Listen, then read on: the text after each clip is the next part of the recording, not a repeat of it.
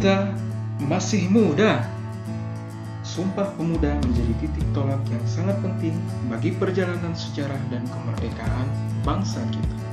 Semacam menjadi sebuah letupan yang mengantarkan para pejuang dan aktivis menuju cita-cita yang mulia, membebaskan dirinya dari belenggu ketidakpastian, membebaskan dirinya dari belenggu penindasan, membebaskan dirinya menuju kemerdekaan berpikir, berbangsa, dan bernegara. Modal yang sangat besar untuk menjadi suatu institusi yang kukuh dan besar di masa depan.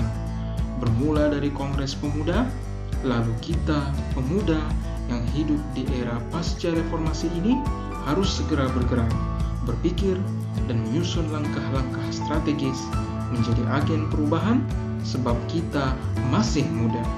Lalu, apa pengertian pemuda itu sendiri? Dalam Undang-Undang Republik Indonesia Nomor 40 Tahun 2009 Pasal 1 berbunyi, pemuda adalah warga negara Indonesia yang memasuki periode penting pertumbuhan dan perkembangan yang berusia 16 sampai 30 tahun. Kita masih muda. Usia muda seharusnya membuat kita menjadi pribadi yang proaktif, kontributif. Bila di usia muda, para pemuda sibuk memikirkan tentang bersenang-senang, hangout bersama teman-teman, maka mari kita menjadikannya sesuatu yang proaktif, kontributif. Ketika kita bersenang-senang, maka model bersenang-senang yang kita lakukan adalah sesuatu yang produktif. Kita tentu menyenangi bila yang kita lakukan adalah hobi, maka pastikan hobi kita adalah sesuatu yang berdampak baik dan secara perlahan-lahan mampu menjadi bangunan kebaikan yang menjadi amal unggulan kita. Sebagai contoh, komunitas motor yang sering melakukan tur berkeliling-keliling. Bagaimana membuat kegiatan tur berkeliling mengendarai motor menjadi produktif?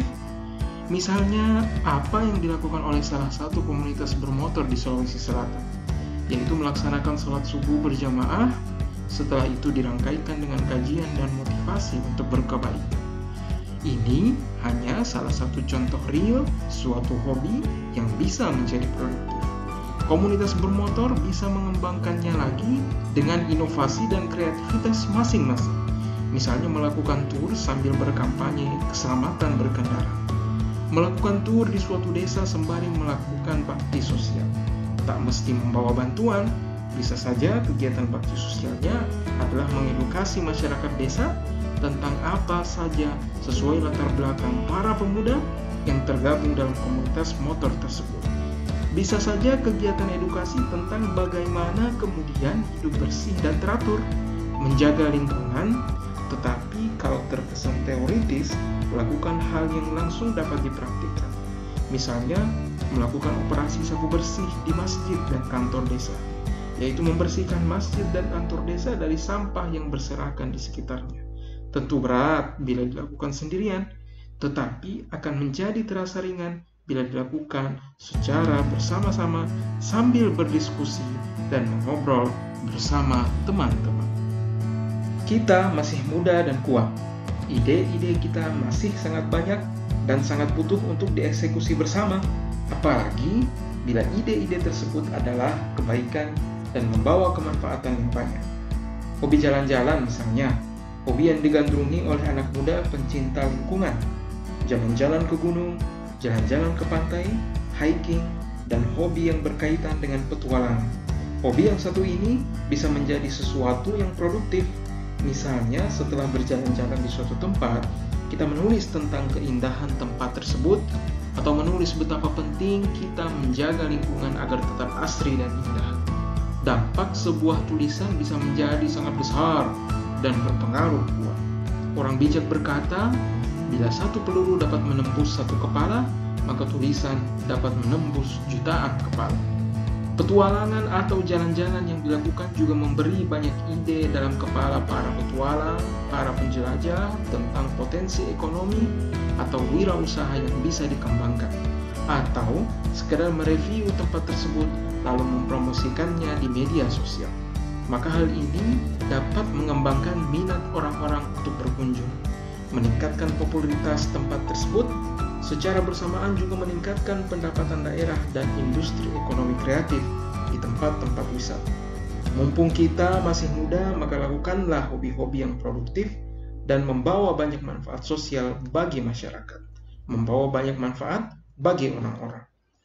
Kita masih muda, masih punya gelora semangat yang membara, gelora semangat yang mampu memeluk kaki-kaki angin dalam perjalanan mencari eksistensi, gelora semangat yang mampu mendaki gunung tertinggi di Indonesia juga dalam rangka menemukan jati diri, gelora semangat yang mampu menyeberangi pulau-pulau juga dalam rangka mencari tahu tujuan keberadaan, gelora semangat yang sanggup melintasi gelombang dalam rangka menemukan esensi diri manusia, gelora semangat yang mampu bertahan dalam badai kehidupan dalam rangka mencari tahu alasan terdalam kehadiran manusia, gelora semangat yang mampu membawa perubahan dalam rangka aktualisasi diri dan nilai-nilai, gelora semangat yang mampu menebar inspirasi dalam rangka pembuktian diri, gelora semangat untuk menghasilkan produk dalam negeri dalam rangka membuktikan eksistensi pemuda produktif, gelora semangat yang nyaris menggapai awan di ketinggian gunung dalam rangka unggahan yang berkualitas di Facebook atau Instagram, gelora semangat yang mampu mengubah sebuah lagu perjuangan dalam rangka memperlihatkan cita rasa seni pemuda Indonesia, gelora semangat yang mampu memenangkan kompetisi-kompetisi games online dalam rangka membuktikan bahwa sektor ini juga punya prestasi membawa harum nama bangsa, gelora semangat yang mampu membangkitkan kesadaran menjaga kebersihan alam dalam rangka membuktikan peran pemuda pencinta lingkungan, gelora semangat yang mampu mengembangkan sektor kelautan dan perikanan dalam rangka membuktikan peran pemuda Nusantara, gelora semangat yang mampu menyihir penonton dengan suara emas dan kemampuan memainkan alat musik dalam rangka membuktikan peran pemuda pencinta seni dan pengembangan musik di Indonesia, gelora semangat yang mampu merebut perhatian dunia dengan banyaknya subscriber dalam rangka menjadi YouTuber profesional dan membuktikan kreativitas dan produktivitas pemuda, gelora semangat yang mampu menebar inspirasi tentang keselamatan berkendara dalam rangka membuktikan peran pemuda melalui komunitas-komunitas kendaraan bermotor, gelora semangat yang mampu membangun peradaban bangsa dan dunia dalam rangka mewujudkan tujuan keberadaan pemuda. Tujuan keberadaan atau raison d'être sebagai pemuda haruslah dipahami dan ditemukan melalui upaya-upaya pencarian. Sebagai seorang pemuda, ia wajib menemukan alasan atau tujuan keberadaannya dalam suatu sistem, lingkungan, perusahaan, pemerintahan, atau mungkin dalam peran yang lebih besar lagi. Simon Sinek mengistilahkannya dengan find your why. Pemuda harus memahami bahwa apa yang ia lakukan haruslah sejalan dengan tujuan atau alasan keberadaannya. Langkah pertama yang harus dimulai adalah bercerita.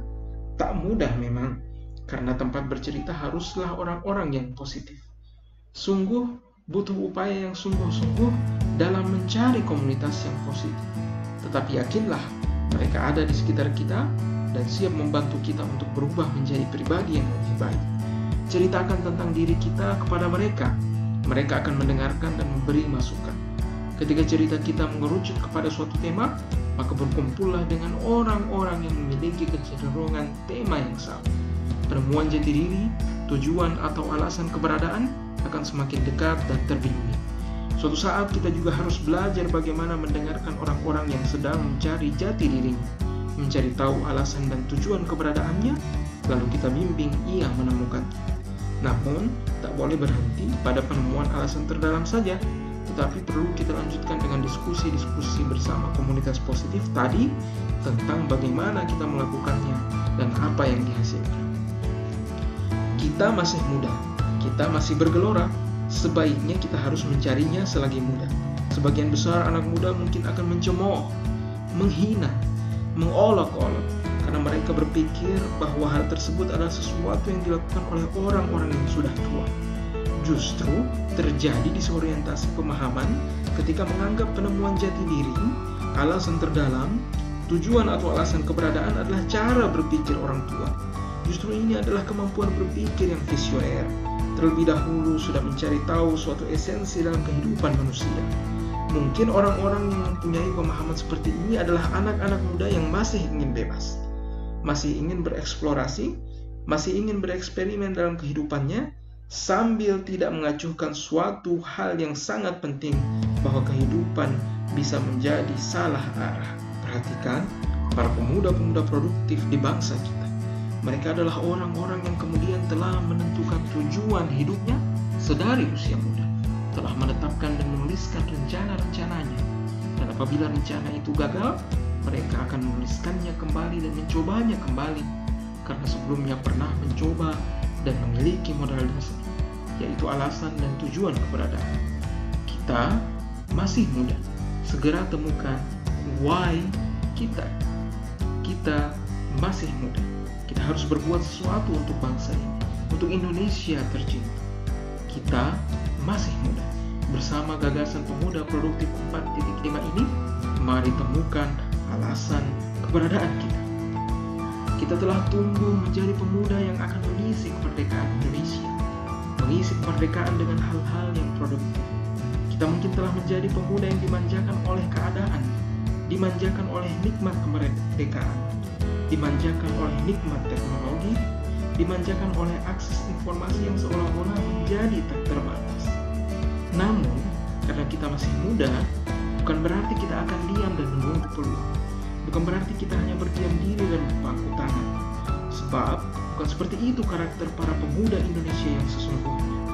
Pemuda Indonesia mempunyai amanah untuk melanjutkan cita-cita kemerdekaan Indonesia, melanjutkan cita-cita founding fathers negara ini.